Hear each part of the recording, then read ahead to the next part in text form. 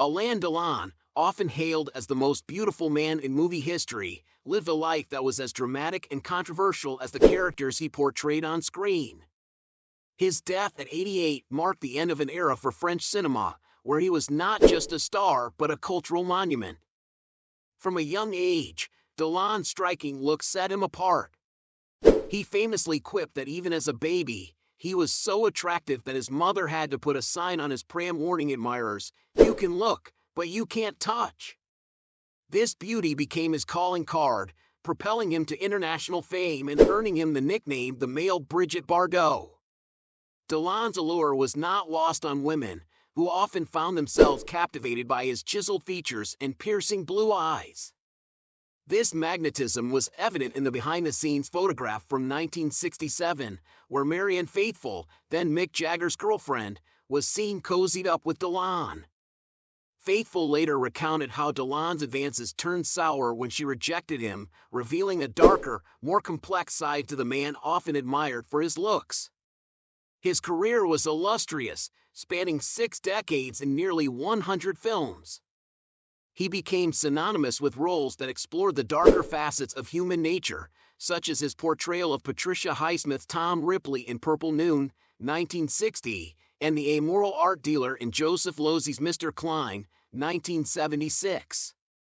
Yet, behind the silver screen, Delon's personal life was a whirlwind of romantic entanglements, controversies, and allegations. Delon's love life was marked by a string of high-profile relationships, including flings with Jane Fonda and Bond girl Lana Wood. His tumultuous romance with Romy Schneider was particularly notable, with their engagement captivating the public. However, Delon's infidelity in his complex relationships with other women, including model Nico and singer Dalida, painted a picture of a man who struggled with commitment. His relationships were not just with women. Rumors of his bisexuality and his involvement with men like the Italian director Luchino Visconti and actor Helmut Berger added another layer of intrigue to his already complex persona. Delon himself was unbothered by the speculation, famously stating, "If I like it, I'll do it. The only important thing is to love." However, love and relationships were often fraught with turmoil for Delon. His marriage to Natalie Barthélemy ended in scandal, and his later relationships were marred by allegations of abuse. His son, Alain Fabien, claimed that Delon had been abusive towards him and his mother, accusations that Delon denied but later admitted to slapping women in his life.